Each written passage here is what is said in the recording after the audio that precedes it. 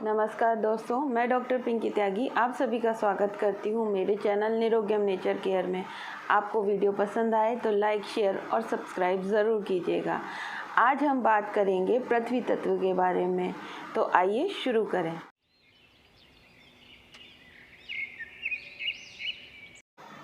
प्राकृतिक चिकित्सा में पृथ्वी तत्व के अंतर्गत जो चिकित्सा दी जाती है वह चिकित्सा मृदा चिकित्सा है। मृदा अर्थात मिट्टी। मिट्टी कई प्रकार की होती है, जैसे काली, लाल, चिकनी मिट्टी, मुल्तानी मिट्टी, बालू, पीली एवं सफ़ेद मिट्टी। उपचार हेतु मिट्टियाँ नदियों के किनारे, खुले मैदानों में से, खेतों में से प्राप्त की जा सकती हैं।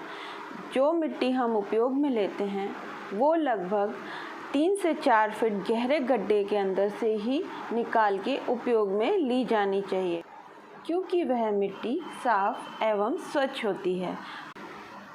मिट्टी का उपयोग चोट लगने, त्वचा रोग होने, दांत खाज खुजली होने, फोड़े फुंसी होने, हड्डी टूटने, यहाँ तक कि कोढ़ होने पर भी किया जा सकता है।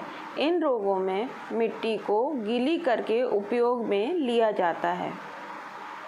प्राकृतिक चिकित्सा में मिट्टी को 6 प्रकार से प्रयोग में लिया जाता है। इन 6 प्रकारों से विभिन्न रोगों का उपचार किया जाता है। पहला प्रयोग है गरम मिट्टी की पट्टी। दूसरा प्रयोग है मिट्टी की गरम पट्टी। तीसरा प्रयोग है ठंडी मिट्टी की पट्टी। चौथा प्रयोग है रज स्नान। पांचवा प्रयोग है पंख स्नान तथा छठा प्रयोग है बालू भक्षण। गरम मिट्टी की पट्टी वह होती है जिसमें मिट्टी को आग पर तपाकर उसे गर्म किया जाता है तथा आक्रांत स्थान पे रोगी के उपयोग किया जाता है। दूसरी है मिट्टी की गरम पट्टी।